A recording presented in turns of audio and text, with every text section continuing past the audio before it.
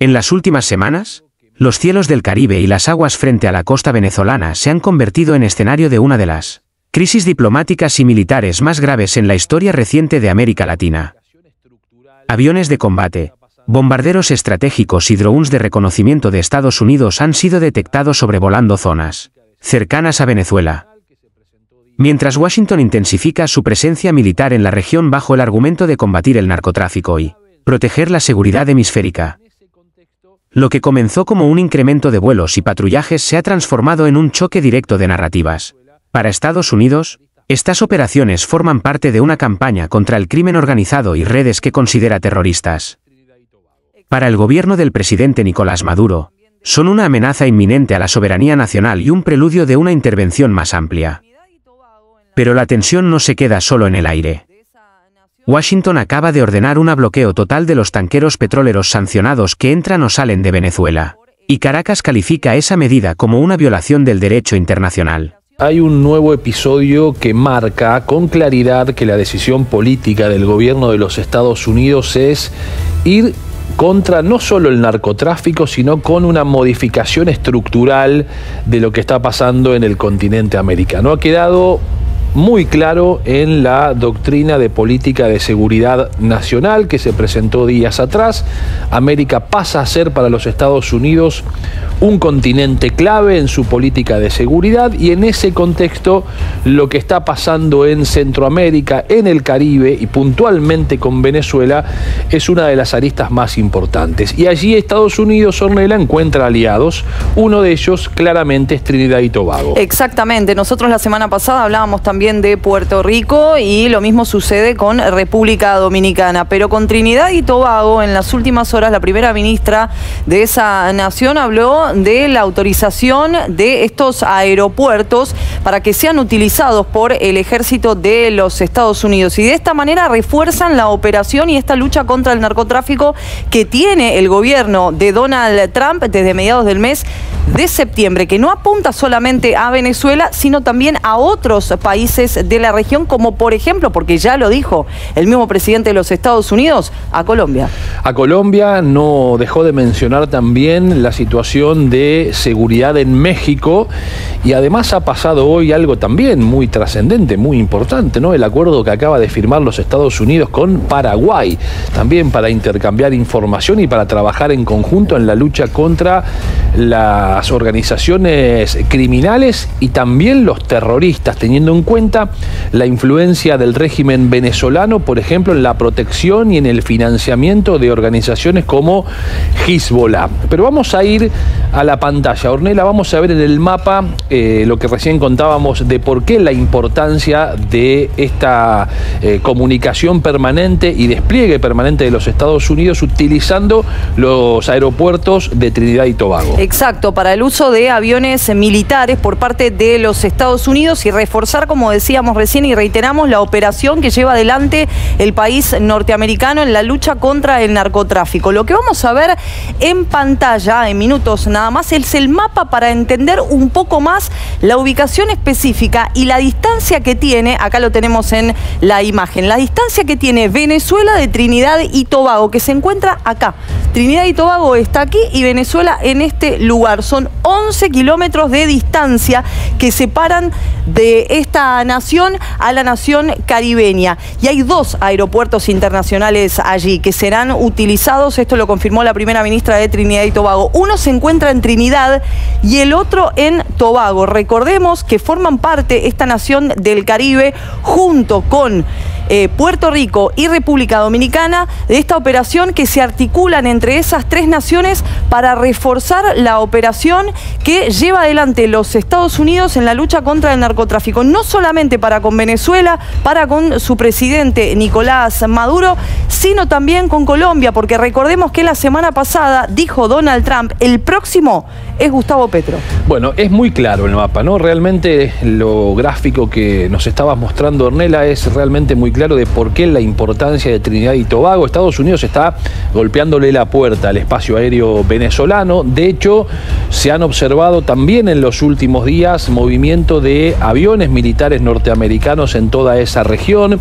Después se supo que, o se explicó, que gran parte de esos movimientos obedecieron la semana pasada también a la protección del operativo para que María Corina Machado pudiese abandonar territorio venezolano, pudiese llegar a Curazao, de donde finalmente partió un vuelo en avión privado hacia los Estados Unidos primero, para terminar llegando allí a Noruega, a Oslo, donde aún se encuentra, y ahora incluso vamos a contar algunos detalles de lo que está pasando, no solo con la salud de María Corina Machado, sino también con la estrategia que están trazando en función de cuáles son los objetivos próximos para desarrollar en cuanto a el armado de un posible gobierno, en caso de tener que hacerse cargo de Venezuela si cae el régimen de Nicolás Maduro. Pero estamos viendo, Ornella, en imágenes, lo que recién decíamos, ¿no? El movimiento aéreo de los Estados Unidos en toda esa región, que cada día se intensifica más. Claro, se habían registrado los primeros movimientos a finales de la semana pasada, movimientos que no eran habituales desde que comenzaron estas operaciones, y sobre todo desde que se reforzó la misma con la llegada del portaavión más grande del mundo, y estamos hablando del Gerald Ford. Ya son 3 días consecutivos que se están llevando adelante este tipo de movimientos allí en el espacio aéreo, algo que Nicolás Maduro en su momento, la semana pasada, nosotros lo contábamos aquí en la noche de Canal 26, y también lo hizo el ministro de Defensa de Venezuela, Vladimir Padrino López. Dijeron y calificaron estos movimientos como una provocación, y por eso constantemente dicen estar preparados, y eso le piden a la ciudadanía, ¿no? Recordemos lo que sucedía la semana pasada con este movimiento y esta movilización de campesinos, en donde llamaba a Nicolás Maduro a estar preparados a todos los venezolanos para defender la soberanía del país. Bueno, lo estás mencionando al dictador presidente de Venezuela. Para muchos en el mundo, para muchos países en el mundo, es un usurpador del cargo, porque las últimas elecciones las perdió y nunca reconoció esa derrota. Todo lo contrario, ha vuelto a llamar a la resistencia, convocando no solo a los venezolanos, sino también a los países que integran la Alianza Bolivariana de los Pueblos para América, que es el ALBA, que así se lo denomina, es decir, países que están cerca ideológicamente de Venezuela, o que tienen, si se quiere, alguna dependencia económica con Venezuela, básicamente por lo que puede ser la asistencia de petróleo. Lo que ha hecho justamente Nicolás Maduro, de eso estamos, en ese tema estamos desarrollando, es hacer esta propuesta para que se unan, digamos, esos países a la hora de tratar de resistir el embate de los Estados Unidos, no solo en Venezuela, sino en lo que podría ser el despliegue, por ejemplo, vos recién mencionabas, Ornella, el caso de Colombia. Bueno, cuando propuso esto hace algunas horas nada más, Nicolás Maduro dijo que ya son 25 semanas de agresión, y por eso es que insta a esta resistencia. ¿Qué dijo específicamente Maduro? Combinemos la resistencia unida, popular, prolongada de los pueblos del ALBA con la ofensiva permanente de construcción de bases sólidas en una economía conjunta, común, cooperativa, de beneficio mutuo. Así, de esta manera, insta, mejor dicho, a los venezolanos, y no es la primera vez que lo hace, pero sí es la primera vez que lo denomina de esta manera, y también llama que se haga de manera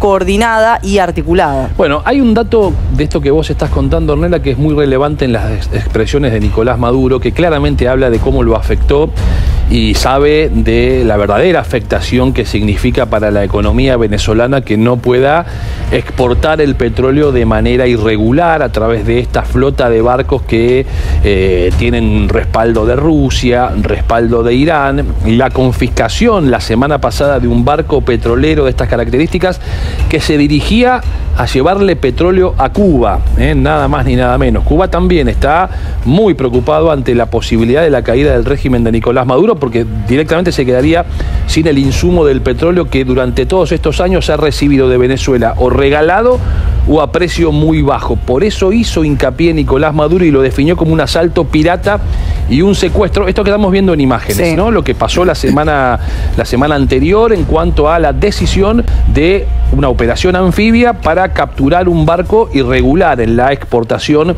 de crudo a nivel internacional. Hablando de navegación, hablando de buques y de embarcaciones. Es muy interesante, Ornella, lo que pasó con María Corina Machado. Se fueron conociendo algunos detalles más de cómo fue su salida de Venezuela y además las consecuencias que en su físico tuvo esa operación. Bueno, la situación fue verdaderamente compleja para que María Corina Machado pueda dejar Venezuela. Recordemos que ella estuvo en la clandestinidad durante 16 meses allí en su país para poder viajar a Noruega, específicamente a Oslo, en una embarcación hacia Curazao y desde allí hacia Miami, en donde tomó un vuelo para poder partir a Noruega. Pero ¿qué sucedió? Y esto se conoció en el día de hoy. Ella debió acudir a uno de los hospitales allí en la capital noruega porque se conoció que se quebró una vértebra, María Corina Machado. Claro, esto producto del oleaje y el movimiento en esta embarcación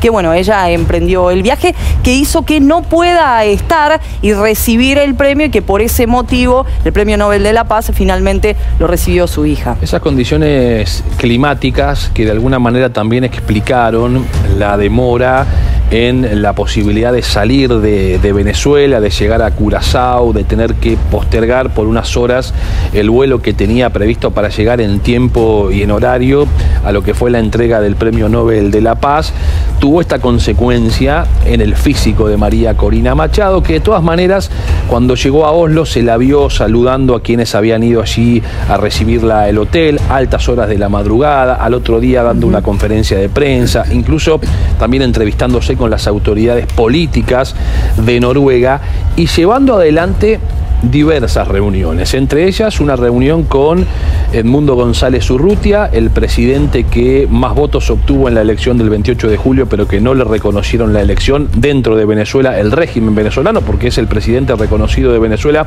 por muchos países, entre ellos la República Argentina. Se reunió con Edmundo González Urrutia y también con parte de su equipo, porque ahora, Ornella, la pregunta que le hacen muchos es, bueno, ¿cuándo vuelve a Venezuela? ¿De qué manera lo va a hacer? ¿Cuál es la estrategia para llevar adelante? Y también la posibilidad de empezar a recorrer distintos países del mundo a los fines de seguir instalando la necesidad del cambio de régimen en Venezuela. Bueno, ella dejó muy en claro dos cosas. Cuando al otro día vos recién estabas hablando de esta presentación que hizo María Corina Machado allí desde el balcón del Gran Hotel, ¿no?, donde se encontraba hospedada junto a su familia, que después bajó y se acercó a los seguidores. Pero al día siguiente ella brindó una conferencia de prensa junto al primer ministro noruego. Y allí dijo dos cosas fundamentales. Dijo, yo quiero llevar el Premio Nobel de la Paz a mi país, ¿no?, dejando muy en claro que ella quiere volver a Venezuela. Y también dijo, me quiero reunir con todos los aliados que nos brindan el apoyo y que reconocen a Edmundo González Urrutia y a esta fórmula, ¿no?, Edmundo González Urrutia, María Corina Machado, como los ganadores de estas elecciones presidenciales fraudulentas allí en Venezuela. Sí, y además la posibilidad, incluso reconocida por ella misma, de empezar a armar un equipo de gobierno. No descartan la idea de tener que hacerse en algún momento cargo del gobierno de Venezuela y estar preparados para esa ocasión. Es muy probable, además, que María Corina Machado emprenda un viaje a los Estados Unidos, que vaya a Washington y que se entreviste con las autoridades de los Estados Unidos. Estas son, en principio, las novedades más importantes. Como decíamos en el comienzo del programa, la situación en América y sobre todo en el Mar Caribe y en la región cercana a Venezuela todos los días suma una gota más. La pregunta es, ¿cuándo se va a rebalsar ese vaso?